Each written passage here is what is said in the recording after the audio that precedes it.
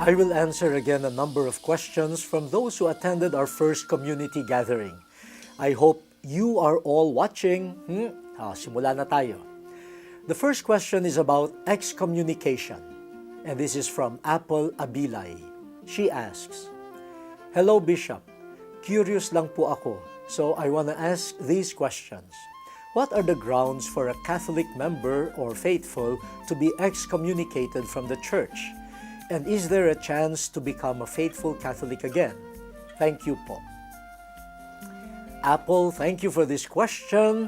Very timely, but quite difficult. Because there are canonical and spiritual and ecclesiological aspects. Mabibigat na yung ginamit kong terms. Now, I cannot cover everything in this small portion, but let me give you some sort of an initiation into this so-called excommunication. The foundation of excommunication is this.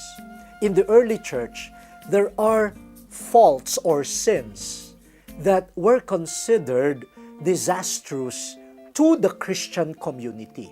Remember, tayo ay isang sambayanan katawan ni Kristo.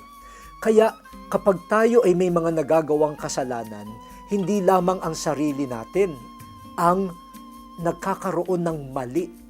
Dahil sa kasalanan natin, ang buong sambayanan ay naaapektuhan.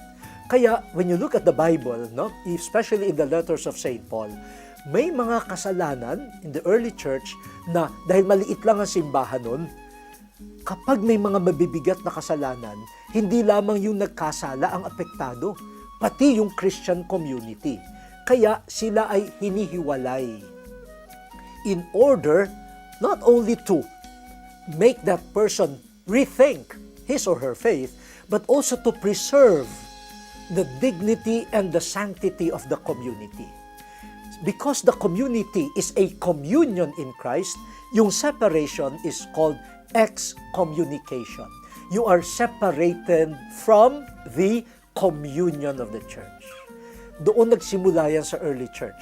Ngayon, with the development, there are some very grievous sins that merit so-called separation from the church's communion. An example is abortion. Another example is when you do physical harm to the Pope.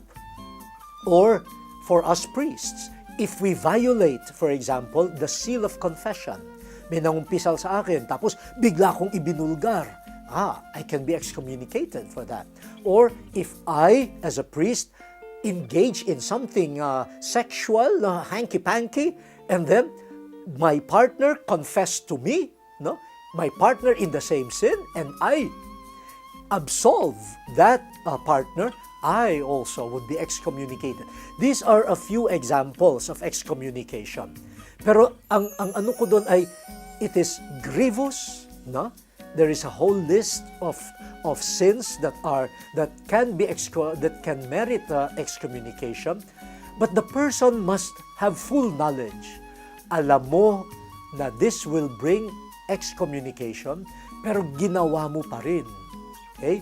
So, hindi naman natutuwa ang simbahan na nag-excommunicate left and right. Meron din very strict conditions. And if the conditions are not there, then you commit a grievous sin, but you do not get excommunicated. Kailangan may mga ganoong conditions, and you might want to consult a canon lawyer. What I want to emphasize is this is not just a canonical or legal action on the part of the church. There is a deep spiritual reason there. The church is one community. We affect one another. So, parang sabi nga natin sa Pilipino, sakit ng kalingkingan, sakit ng buong katawan. That was the thinking of the Jewish people. So, to preserve the sanctity of the whole community, someone is separated. Now, you can always come back. The church rejoices. So, can you become a faithful Catholic again? Yes. You go to confession, and if there is an excommunication, that excommunication will be lifted by the proper authority.